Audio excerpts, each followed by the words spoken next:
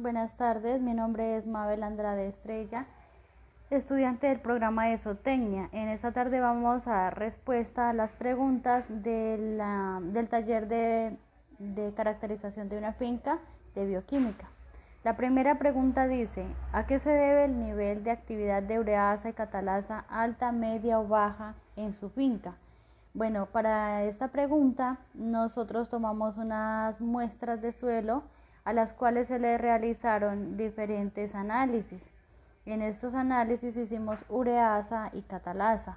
Fue positivo el resultado, ya que los niveles de ureasa y catalasa fueron bastante altos, lo cual nos indica que hay una buena fuente de microorganismos en ese suelo. A eso se debe la actividad enzimática. La segunda pregunta dice, según las pruebas enzimáticas de su finca, la capacidad de intercambio catiónico del suelo sería alta, media o baja.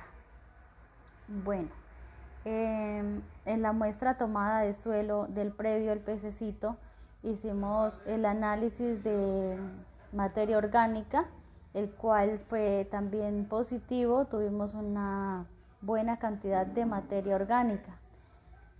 Y sabemos todos que a mayor cantidad de materia orgánica, pues mayor es el intercambio catiónico que hay. Entonces la capacidad de intercambio catiónico del predio El Pececito es positiva, fue alta, lo cual es muy favorable para nuestro suelo, para nuestra siembra de nuestras plantas y sobre todo de los forrajes que se van a utilizar para la ganadería.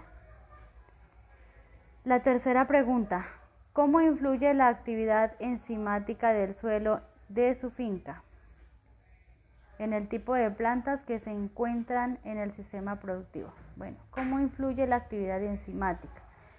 La actividad enzimática influye de manera directa en el sistema productivo, ya que las enzimas son las encargadas de coger los por decirlo así, los macronutrientes y convertirlos en unas partículas muy pequeñas para que las plantas las puedan absorber por medio de sus raíces. Entonces, pues influye de manera muy directa, por decirlo de alguna manera, ya que estas son las que transforman las sustancias que están en el suelo, ya sean orgánicas o inorgánicas, son transformadas, como ya lo dije hace un momento, para que las plantas las puedan absorber y las puedan convertir en nutrientes para su propio desarrollo. La cuarta pregunta, indique en qué lugar de su finca encuentra carbohidratos, proteínas, lípidos y minerales. Bueno, estos nutrientes tan importantes en la dieta de los animales, como también la de nosotros los seres humanos, pues la encontramos en la finca El Pececito, en maíz, bracharia, leucaena, kutzú, botón de oro y en huevos. Quinta y última pregunta. Según lo observado en su finca, ¿qué factores afectan el tipo de plantas de metabolismo C3, C4 y CAM? Los factores que afectan este tipo de plantas pues son varios. Tenemos, por ejemplo, el problema de los cambios climáticos muy bruscos que se están presentando. Entonces, este cambio de temperaturas tan bruscas de un día para otro, en la noche muy bajas, en el día muy altas, pues afectan estas plantas. Porque este cambio climático pues se viene dando ahora, antes era algo más regular. Lo otro problema que afecta estas plantas, otro factor sería la compactación de los suelos por el exceso o por el sobrepastoreo. Entonces el sobrepastoreo hace que los suelos se compacten y que los microorganismos no tengan vida porque no hay respiración para ellos, ya no hay la porosidad que debe tener el suelo, entonces los microorganismos se mueren, entonces no hay quien descomponga las materias inorgánicas y orgánicas en el suelo.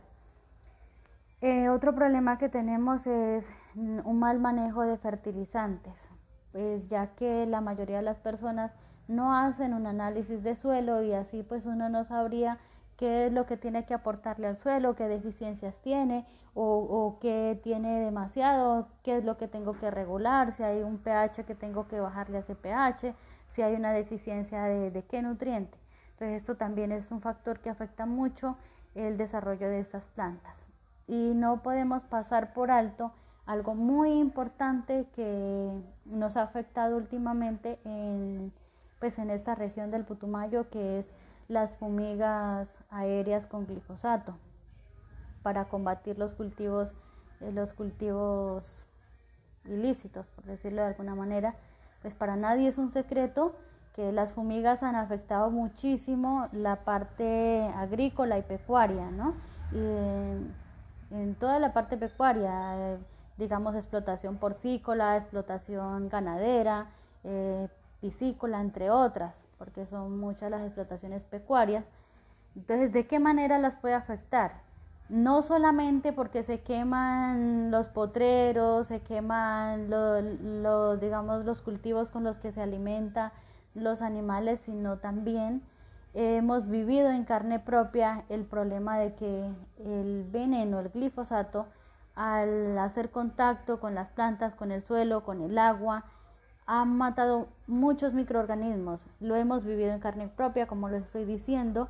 Nos hemos dado cuenta que la ausencia de microorganismos en el suelo después de las fumigas con glifosato han aumentado en un 80%. O sea, la muerte de microorganismos subió en un 80%, porque antes si teníamos una actividad baja de microorganismos en el suelo, pues ahora es mucho más. O sea, ya prácticamente los suelos están siendo infértiles.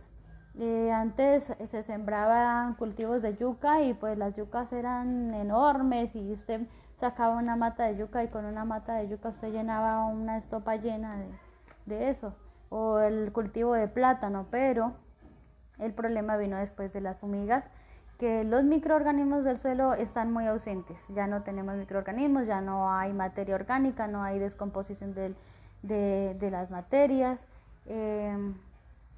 no hay una buena producción en las plantas, los suelos están totalmente inertes. Entonces estos son factores que afectan muy directamente no solamente, digamos, las explotaciones, sino el bolsillo de nosotros, los afectados en el territorio del Putumayo.